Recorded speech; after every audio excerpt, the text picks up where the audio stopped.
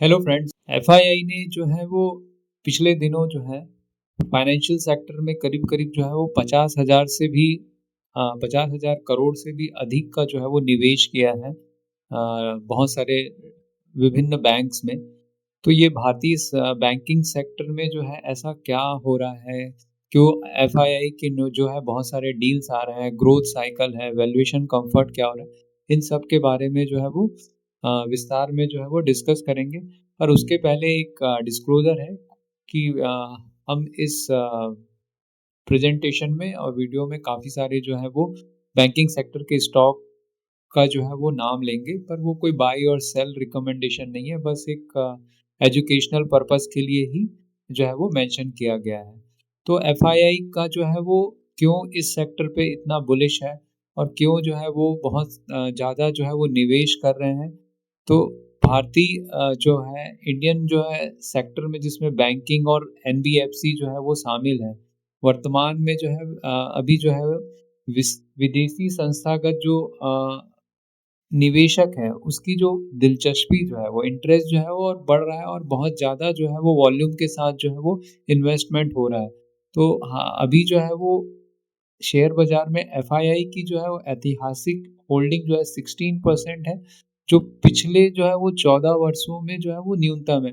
लेकिन अभी जो है वो 50,000 करोड़ का जो है वो निवेश देखने को मिला है बैंकिंग सेक्टर में पिछले कुछ जो है 1 महीने के जो है वो अंदर में जो है। तो ऐसा क्या हो रहा है बैंकिंग सेक्टर में, उसके बारे में विस्तार में जो है वो डिस्कस करेंगे। तो विदेशी निवेश का जो है बेसिकली एफआईआई का जो है वो आरबीएल बैंक में यूएई की सबसे बड़ी बैंक एमिरेट्स बैंक ने 27,000 करोड़ खरीदने की प्रक्रिया, जिसमें 60% की हिस्सेदारी के लिए 3 बिलियन का निवेश की योजना है। यश बैंक है, सुमोतोमी मित्सुई बैंकिंग कॉर्प द्वारा जो है वो 20% हिस्सेदारी खरीदने के लिए 15,000 करोड़ का निवेश।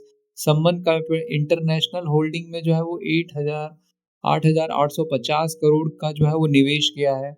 आईडीएफसी फर्स्ट बैंक में जो है वो आईडीएफसी फर्स्ट बैंक में जो है वो वॉक्स पिंक्स द्वारा जो है आईडीएफसी फर्स्ट में जो है वो 7500 करोड़ का जो है वो 7,500 करोड़ का जो है श्री हाउसिंग फाइनेंस में लगभग जो है वो 4,000 करोड़ का निवेश किया। जापानीज लेंडर है एमयूएफजी जो है भारत की सबसे बड़ी वाहन वित्त कंपनी में श्रीराम फाइनेंस में 3 to 4 बिलियन का जो है वो निवेश की बात कर रहे हैं। और आईडीआई में ओक्टी है एंड फेयरफैक्स ने आईडीए बैंक के लिए जो है वो बोली लगा रहे हैं। तो ऐसा क्या हो रहा है कि बैंकिंग सेक्टर में कि एफआईआई जो है वो बहुत ही अधिक जो है वो निवेश कर रहे हैं। देख सकते हैं कि जो है आरबीआईएल बैंक में टोटल जो है वो 60% स्टेक जो है वो है ना 26,000 हो गया ये आपका जो है वो। एंड सम्मन कैपिटल में जो है वो 8,850 का हो गया। तो इस तरीके से जो है श्रीराम हाउसिंग फाइनेंस में जो है वायर बक्स पिंक्स ने जो है वो 3,929 करोड़ का जो है वो इन्वेस्टमेंट किया हुआ है। ठीक है ना? तो इसी के बारे में जो संभावित कारण जो वैल्यूएशन कंफर्ट हो सकता है, निफ्टी बैंक में जो प्राइस टू बुक रेशियो जो है वो 2.2 के आसपास चल रहा है, जो पिछले 4 वर्षों में जो है वो सबसे जो है वो निचले स्तर में है। देख सकते हैं कि निफ्टी जो है वो बैंक का जो वैल्यूएशन है, ये जो है वो 2.2 के आसपास जो है वो चल रहा है, ठीक है? एंड निफ्टी पीएसयू बैंक जो है वो प्राइस टू बुक जो है वो 1.2 से 1.3, जबकि 5 वर्ष का जो लगभग जो है वो लगभग वो 2 क्रॉस था जो है, 5 वर्ष पहले का जो था। तो ये जो है वो अभी जो है वो पीक में चल रहा है। ये जो है पीएसयू बैंक जो है अभी पीक में चल रहा है, दैट इज़ जो है 1.3 के आसपास जो है चल रहा है, पीक में चल रहा है ये, ठीक है ना? तो अन्य कई सेक्टरों की तुलना में बैंकिंग सेक्टर का जो वैल्यूएशन है वो काफ़ी सस्ता दिख रहा है, जहाँ कई स्टॉक जो है वो 40 से 50 पी पे ट्रेड कर रहा है। बैंकिंग सेक्टर अभी भी जो है वैल्यूएशन जो है वो कहाँ से बहुत जो है वो अभी भी जो है वो ज़्यादा एक्सपेंसिव नहीं लग रहा है। तो बैंकिंग फाइनेंशियल को समझने के लिए जो है आरओई का जो है वो सबसे इम्पोर्टेंट जो है रिटर्न ऑन एसेट का जो है वो ट्री जो है वो सबसे तो बैंकिंग का जो सबसे महत्वपूर्ण चीज़ क्या होता है? Net interest income. तो नेट इंटरेस्ट इनकम मतलब लोन पे कमाया हुआ ब्याज। जो भी बैंक जो है वो लोन देती है, तो वहाँ पे जो भी इंटरेस्ट आता है, तो वो जो है वो नेट इंटरेस्ट इनकम होता है। तो जो भी आपका जो है वो माइनस इंटरेस्ट एक्सपेंसेस है, डिपॉजिटर्स को दिया गया ब्याज जो है वो। तो एनआईआई क्या होता है कि जो आपका जो है वो नेट इंटरेस्ट इनकम क्या होता है? बैंक ने जो इंटरेस्ट लगाया है और जो है वो डिपॉजिटर जो भी है उनको दिया गया ब्याज, उस पे जो भी नेट इंटरेस्ट मिलता है वो नेट इंटरेस्ट इनकम होता है, ठीक है ना? और जो है टोटल इनकम होता है जो और भी एनआईआई प्लस अन्य आय जो है बॉन्ड पे मिलता है, ट्रेजरी पे गेन मिलता है, तो ये जो है वो टोटल इनकम जो बैंक का होता है वो, है ना? फी इनकम हो गया या बॉन्ड का हो गया, ट्रेजरी गेन हो गया, ये जो है वो टोटल आय होता है नेट इंटरेस्ट के साथ में, ठीक है ना? एंड उसके बाद जो है वो प्री प्रोविजन ऑपरेटिंग प्रॉफिट जो है वो टोटल इनकम, मतलब जो भी आपका किराया हो गया, स्टाफ हो गया, सॉफ्टवेयर हो गया, ब्रांच का जो है वो खर्चा हो गया, तो वो जो हो गया आपका जो है वो प्री प्रॉफिट ऑपरेटिंग प्रॉफिट हो गया इसका, ठीक है ना? ये ईबिटा के समान ही है। जैसे कंपनी में नॉर्मली जो एक्सपेंसेस होते हैं, उसका मटेरियल कॉस्ट हो गया और जो है वो स्टाफ का कॉस्ट हो गया और भी जो दूसरे खर्चे मिला के जो ईबिटा मिलता है, तो वैसे ही ये भी ईबिटा हो गया, प्री ऑपरेटिंग जो है वो कॉस्ट जो है वो। उसके बाद जो है इसमें जो है वो पीबीटी जो है वो, पीबीटी जो है वो जो भी हम प्री प्रोविजन ऑपरेटिंग प्रॉफिट को जो है वो उसमें से प्रोविजन जो है वो खराब लोन के लिए जो भी पैसा जो है वो बैंक को रिजर्व करना पड़ता है, जो भी लोन देती है उसमें से जितने जो लोन है, कुछ पैसा जो है वो खराब लोन के लिए रखना पड़ता है, उसको प्रोविजन कहते हैं। तो प्रोविजन को जब घटाते हैं तो पीबीटी मिलता है। फिर आफ्टर टैक्स उसमें से जो है अगर टैक्स घटाते हैं तो आपको पैट मिलता है। पीबीटी में जो है अगर टैक्स को जो है अगर करेंगे तो आपको पैट मिलता है। तो आरओए का मतलब है पैट डिवाइडेड बाय कुल एसेट, जो है बैंक ने जितना लोन दिया हुआ है उसमें जो है वो जो भी नेट प्रॉफिट आ रहा है, तो उसका जो रेशियो रहता है वो आरओए। तो कितना बैंक उस पे रिटर्न, एसेट पे कितना रिटर्न जो है वो कमा रहे हैं, वो आरओए जो है उसको डिफाइन करते हैं। अच्छे बैंकों का आरओए जो है वो 1.5% से 2% जो है वो सालाना रहना चाहिए। लाइक आपने जो है अगर 100 रुपए का जो है वो लैंडिंग किया है, अगर उसमें जो है वो 10 से 15 रुपए कमा रहे हैं या 20 रुपए कमा रहे हैं, तो वो जो है वो अच्छा माना जाता है आरओए जो है वो। आरओए जो है अगर जो है वो लोन आपने दिया हुआ है ना? तो ये आपका एसेट हो गया, क्योंकि ये तो आपको जो है वो, और इसमें जो है 1.5% जो है वो 15 से जो है 20 रुपए अगर आप जो अर्न कर रहे हैं, तो ये अगर अच्छे बैंकों के लिए ये एक क्राइटेरिया होता है। आरओई जो है वो रिटर्न ऑन इक्विटी क्या है कि जो है बैंकिंग का जो सिस्टम है पूरा जो है वो लिवरेज है। जितना एसेट है, जैसे 1 रुपए की इक्विटी है तो बैंक जो है वो 10 रुपए तक जो है उसको जो है वो आपका जो है वो लिवरेज कर सकता है। ठीक है ना? मैं तो बैंकिंग का जो रहता है कि इक्विटी बहुत कम रहता है और लिवरेज जो है वो उससे 10 गुना रहता है। तो आरओए इंटू जो है फाइनेंशियल लिवरेज को अगर मल्टीप्लाई करते हैं, तो वहाँ पे जो है वो आपका जो है वो रिटर्न ऑन इक्विटी मिलता है। तो मान लो कि अगर आपका जो है वो 10 गुना है, 1.5 का जो है आपका आरओए है और 10 गुना आपने लिवरेज किया, तो ये 15 का जो है आपका आरओई बन जाता है। जो बैंकिंग का आरओई इस तरीके से जो है वो आप महत्व जो भी मेन मैट्रिक्स जो है वो आरओई और आरओए होता है। तो आरओए जो है 1.5 से 2 होना चाहिए, आरओई जो है वो 15 से जो है वो 20 के आसपास अगर हो तो बहुत अच्छा है। तो बैंकिंग सेक्टर में जो है ऐसा क्या जो है वो साइकिल जो है वो चल रहा है, जिससे जो है वो एफआईआईज और जो है उनका जो है वो आने वाले समय में प्रदर्शन जो है वो बहुत अच्छा हो सकता है, उसके बारे में है जो है वो डिस्कस करेंगे। तो वर्तमान जो है में 3 सकारात्मक जो है वो साइकिल जो है उसका जो है वो बेनिफिट जो है वो बैंकिंग सेक्टर जो है ले सकता है। नेट इंटरेस्ट मार्जिन जो है वो, नेट इंटरेस्ट मार्जिन का जो साइकिल है पिछले जो है 6 तिमाहियों से बैंकिंग के लिए बहुत कठिन समय था। अब Q1 Q2 में जो है क्वार्टर ऑन क्वार्टर जो है वो सुधार चालू हुआ है, एनआईएम में जो है नेट इंटरेस्ट मार्जिन में अब जो है वो सुधार चालू हुआ है। इसका मतलब जो है कि बैंकिंग जो भी लैंड करते थे और जो डिपॉजिटरियों का जो जो पैसा जमा होता था वो फिक्स था, लेकिन अब क्या है कि जो है वो इंटरेस्ट साइकिल अगर जो है इंटरेस्ट जो है वो बढ़ेगा, तो उसमें जो है वो वृद्धि होगी, नेट इंटरेस्ट जो है वो मार्जिन में तो है। तो कई बैंकों का मानना है कि Q2 में जो NIM बॉटम था, आगे जो है वो सुधार रहेगा। जैसे कि उदाहरण जो है वो साउथ इंडियन बैंक के मैनेजमेंट ने जो कहा है कि ये जो है उनका जो है वो NIM जो इंटरेस्ट मार्जिन था वो बॉटम था, आगे जो है बहुत ज़्यादा जो है इसमें जो है वो सुधार रहने की जो है वो गुंजाइश है। इस सेक्टर में जो है वो इन्वेस्ट करने के क्या-क्या ऐसे तरीके हो सकते हैं, उसके बारे में एक जो है वो डिस्कस करेंगे। सबसे पहले तो जो है वो पहले से जो अच्छे व्यवसाय हैं, वो और बेहतर क्यों बन रहे हैं? जो एबी कैपिटल है, उसमें जो एनबीएफसी का जो आरओए है, वो 2.2% है एंड हाउसिंग फाइनेंस का आरओए जो है वो 1.8 से जो है इनके 2 मतलब अलग-अलग जो है एनबीएफसी डिवीज़न है और हाउसिंग फाइनेंस है। तो दोनों का जो आरओए है जो है वो 2.2% है एंड जो है हाउसिंग फाइनेंस का जो है वो 1.2 से जो है वो 2% है। एल&टी फाइनेंस का जो है वो क्रेडिट कॉस्ट जो है वो 3.8% से 2.98% हो गया है। क्रेडिट कॉस्ट जो है वो पैसा होता है जिसमें जो है वो आप क्रेडिट कॉस्ट जो है वो provision divided by average asset होता है। तो अगर आपका जो है वो प्रोविजन जो है वो कम हो रहा है ना? फ्यूअर पीपल आर जो है falling to repay the loans और banks are losing less money जो है, तो वहाँ पे जो है आपका जो है वो क्रेडिट कॉस्ट जो है वो रिड्यूस हो जाता है। तो क्रेडिट कॉस्ट का मतलब प्रोविजंस मत माइनस प्रोविजन डिवाइडेड बाय जो है वो एवरेज जो है वो एसेट जो है वो, ठीक है ना?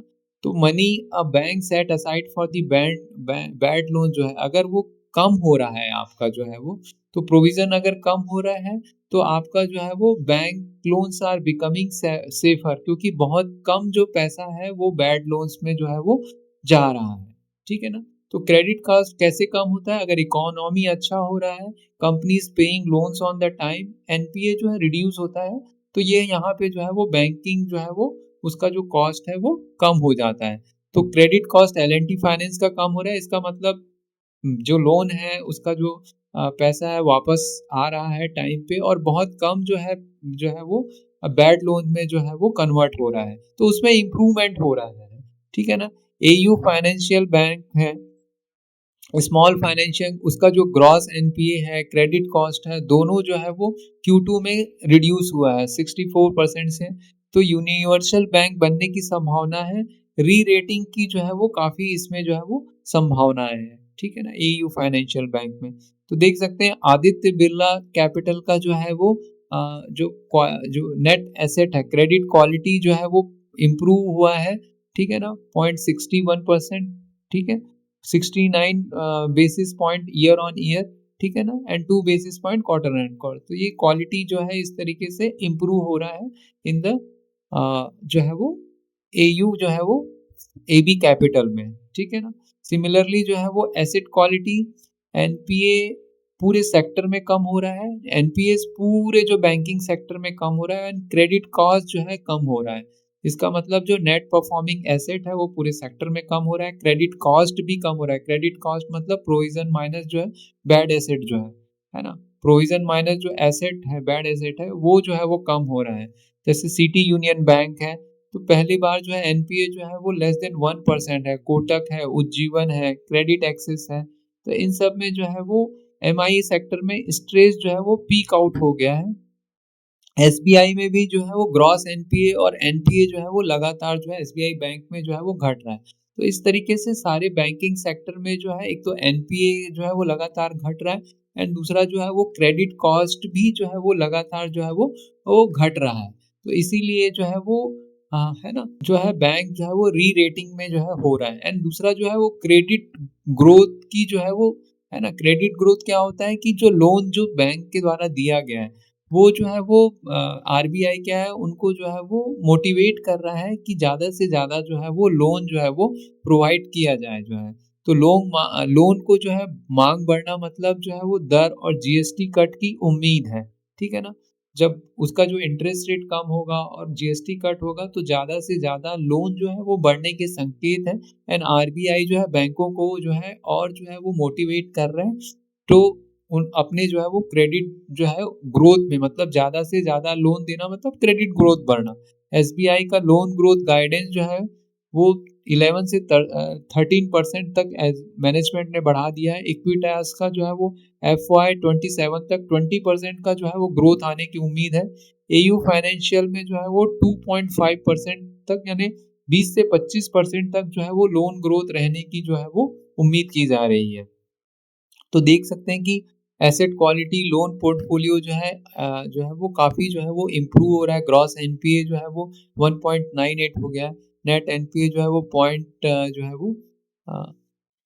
जो है वो 75 हो गया। क्रेडिट कॉस्ट जो है वो 0.64% हो गया। प्रोविजनिंग जो है वो आपका जो है वो दैट इज 84% है। तो इस तरीके से एयू फाइनेंशियल बैंक में जो है वो काफ़ी जो है वो इम्प्रूवमेंट देखने को मिल रहा है। एवरेज स्टोरी बिकम्स गुड जब साउथ इंडियन बैंक का जो है वो एनआईएम बॉटम आउट हो गया है, एसेट क्वालिटी इंप्रूव हो रहा है। फेडरल बैंक का 10 साल का सबसे जो है ग्रॉस एनपीए 1.83 है।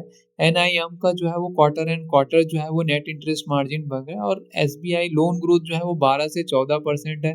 आरओई जो है वो 20% देखने को मिल रहा है। एंड क्रेडिट कॉस्ट जो है वो 0.39% जो है, लगातार जो है वो क्रेडिट कॉस्ट जो है वो कम होते जा रहा है। ठीक है ना। तो इन सब के कारण जो है वो, है ना, ये जो है वो साउथ इंडियन बैंक का है। टोटल जो है वो ग्रॉस एनपीए जो है वो 2.93 आ गया है 6.97 से। एनपीए जो है वो 0.6% आ गया, 0.56% आ गया है। ठीक है ना। पीसीआर रेशियो जो है वो 81.3, प्रोविजन कवरेज रेशियो भी जो है वो 81.3 जो है वो काफी इम्प्रूवमेंट जो है वो हो गया है। ठीक है ना। यहाँ पे देखेंगे फेडरल बैंक का जो है वो ग्रॉस एनपीए जो है वो लगातार जो है वो 1.83 इम्प्रूवमेंट हो रहा है। ग्रॉस एनपीए, नेट एनपीए जो है वो 0.48 आ गया 0.57 से। पीसीआर भी जो है वो 73.45 के आसपास जो है वो। ठीक है ना। क्रेडिट कॉस्ट भी जो है वो 0.3 से जो है वो 0.50 तक के है इसमें। ठीक है ना। एसबीआई का जो है वो लोन ग्रोथ जो है उम्मीद कर रहे हैं कि 10 से 11% तक जो है वो अ, होने की संभावना है। एंड उनका जो ग्रॉस एनपीए है वो भी लगातार जो है वो कम होते जा रहा है ना। एंड नेट एनपीए जो है 0.42 एंड आरओई जो है वो 20% के आसपास जो है। प्रोविजन कवरेज रेशियो जो है वो 75.79 के आसपास है। ठीक है। तो यहाँ पे जो है वो माइक्रो फाइनेंस सेक्टर है, जैसे उज्जीवन है। तो मैनेजमेंट ने बोला है कि जो स्ट्रेस था, जो बैड लोन्स का था, जो रिकवरी थी, उसमें जो है वो काफ़ी जो है वो पीक आउट हो चुका है। क्रेडिट एक्सिस है, उज्जीवन है, नॉर्दर्न आर्क है। ये सारे माइक्रो फाइनेंस सेक्टर जो है वो Q2 के आगे जो है वो बेटर जो है वो रिकवरी देख रहे हैं, चाहे वो ग्रॉस एनपीए हो, लोन ग्रोथ हो, है। एंड जो है वो रिकवरी है ना। जो पैसा जो बैंक ने दिया है उसमें जो है वो काफी ग्रोथ देखने को जो है वो उम्मीद कर रहे हैं। तो micro finance stress is loan में पिकअप आफ्टर द FY26 के आसपास जो है वो। H D F C bank का जो है मेन जो कंपाउंडर जो लॉन्ग टर्म बिजनेस है लास्ट 40 ईयर से, तो वहाँ पे जो है वो जो है वो क्रेडिट एंड डिपॉजिट की समस्या जो है वो, है ना। तो एच डी एफ सी जो मर्जर के बाद क्या हुआ कि जो क्रेडिट जो लोन देती है बैंक, और उसके बाद डिपॉजिट में जो रेशियो था वो 110% बढ़ गया था 110% के। एंड आरबीआई का लक्ष्य है 95% से नीचे रहना चाहिए। तो पिछले 2 साल में जो है वो डिपॉजिट ग्रोथ जो है वो काफी जो है वो बढ़ रहा है। डिपॉजिट ग्रोथ जो है वो काफी जो है बढ़ रहा है। तो यहाँ लास्ट जो है वो सितंबर में 98%। इसका मतलब क्या हो गया कि जितना डिपॉजिट नहीं हुआ है कंपनी में उससे ज्यादा जो है वो लोन दे रही थी। तो वो जो है वो 95% होना चाहिए। कंपनी का डिपॉजिट ज्यादा होना चाहिए एंड क्रेडिट ग्रोथ जो है वो कम होना चाहिए। ठीक है ना। तो लक्ष्य जो है वो 90 to 95% है। FY27 तक जो है सिस्टम में तेज लोन ग्रोथ होगा एंड एवीएम ग्रोथ जो है वो 16 से 17% होने का है। तो एचडीएफसी बैंक जो है वो एक कॉन्ट्रा प्ले हो सकता है इसमें, क्योंकि जो है एचडीएफसी के साथ मर्जर के साथ जो है इसका जो है लोन पोर्टफोलियो तो काफी बढ़ गया, लेकिन डिपॉजिट जो है उतने अधिक नहीं बढ़े, इसलिए जो है वो मिस बैलेंस हो गया। तो वहां पे जो है वो 90 से जो है 95 जो है मैनेजमेंट का टारगेट है ना, करने का जो है वो। पीएसयू बैंक्स की बात करेंगे तो सुधरते मतलब मैट्रिक्स जो है काफ़ी जो है वो इम्प्रूव हो रहा है, बैंक ऑफ इंडिया हो गया, है ना? तो बुक वैल्यू जो है वो यहाँ पे जो है 156 से नीचे अभी ट्रेड कर रहा है। आरओई जो है वो जो है वो 15% है, रिटेल एडवांस जो है वो 20% है एंड एनआईएम जो है वो Q3 से जो है वो ठीक होने की उम्मीद है जो है वो, ठीक है ना? तो ये देख सकते हैं कि जो बिज़नेस ग्रोथ है, तो वो 17% है, रिटेल ग्रोथ 14% है, 7.6 जो है नेट पर क्रेडिट कॉस्ट जो है वो आपका जो है वो 69 बेसिस पे जो है वो कम हुआ है, ग्रॉस एनपीए जो है 187 बेसिस पॉइंट पे कम हुआ है। तो इस तरीके से जो है वो और एडवांसेस जो भी यहाँ पे लोन दे रहे हैं ये बढ़ते जा रहे हैं, डिपॉजिट बढ़ते जा रहा है, ठीक है ना? रिटेल एडवांसेस 19.6% में, ग्लोबल एडवांसेस 14% है, एग्रीकल्चर एडवांसेस जो है वो 13 के आसपास है, एसएमई जो है वो 16.46 के आसपास जो है वो है। की फाइनेंशियल जो है वो रिटर्न ऑन एसेट जो है वो कंपनी का जो है वो 0.91 के आसपास है, रिटर्न ऑन इक्विटी 15% के आसपास है, ठीक है ना? एंड कॉस्ट ऑफ डिपॉजिट जो है वो भी 4.85 के आसपास है एंड बिग बुक वैल्यू जो है वो 1.5546 है। तो रिटर्न ऑन एसेट जो है वो कंपनी का बढ़ते जा रहा है, बैंक ऑफ इंडिया का 0.91 के आसपास जो है वो बढ़ रहा है इसमें जो है, ठीक है ना? तो इस तरीके से पीएसयू बैंक भी जो है वो all time high price to book value के जो है वो वैल्यूएशन इसका जो है वो पीक हो रहा है। गोल्ड जो है वो सुपर साइकिल आ रहा है 30 जो गोल्ड के प्राइसेस बढ़ने के कारण जो है वो 30 से 40% जो है वो ग्रोथ जो है वो देखने को मिल रहा है गोल्ड फाइनेंसिंग जो है वो कंपनीज में, क्योंकि गोल्ड के प्राइस बढ़ने के कारण जो है वो कंपनी जो है वो अधिक से अधिक जो है वो लैंड कर सकती है, ठीक है ना? मुथ्थू फाइनेंस जो है वो मोमेंटम टाइप जो है वो हाई स्टॉक वैल्यूएशन, इस सेक्टर का जो है बजाज फाइनेंस है, मार्केट लीडर है, मुथ्थू फाइनेंस, फैट फिना में भी गोल्ड गोल्ड डिस्ट्रीब्यूशन जो है वो 647 से जो है वो 1462 करोड़ हो गया है। सीएसबी बैंक का जो है वो 37% जो है वो गोल्ड लोन ग्रोथ है। आरओ और एनआईएम भी इसमें जो है वो दोनों बेहतर है एंड इसमें जो है वो जो एनपीए जो है वो भी काफी जो है वो बढ़ रहा है। तो Q3 से एनआईएम और बढ़ने का जो है वो गाइडेंस जो है वो सीएसबी बैंक जो है वो दे रहा है ना? तो गोल्ड मुथ्थू फाइनेंस का जो है गोल्ड जो लोन है एडवांसमेंट है, देख सकते हैं कि जो है वो कंटिन्यूअसली इन द राइजिंग जो है वो इसमें जो है वो देखने को मिल रहा है। Gold super cycle is continuously disbursement जो है वो बढ़ते ही जा रहा है फॉर द फेडरल आपका जो है फैट फिना बैंक जो है इसका जो है फेडरल बैंक के लिए जो है वो सीएसबी बैंक में 37% जो है उसका पोर्टफोलियो जो है वो आपका जो है वो गोल्ड लोन पोर्टफोलियो जो है हो चुका है। तो मेन जो है इसका जो समराइज है, फाइनेंशियल सेक्टर जो है वो बहुत अच्छे से इम्प्रूवमेंट हो रहा है और अभी जो है वो कम वैल्यूएशन पे जो है वो मिल रहा है। तो इसकी सेक्टर की रिलेटिव स्ट्रेंथ भी बढ़ रही है, एफआईआई का भी काफ़ी अच्छा इन्वेस्टमेंट हो रहा है। तो यह जो है नेक्स्ट एक बुल साइकिल की जो है वो बैंकिंग सेक्टर में जो है एक स्टार्ट हो सकता है ना?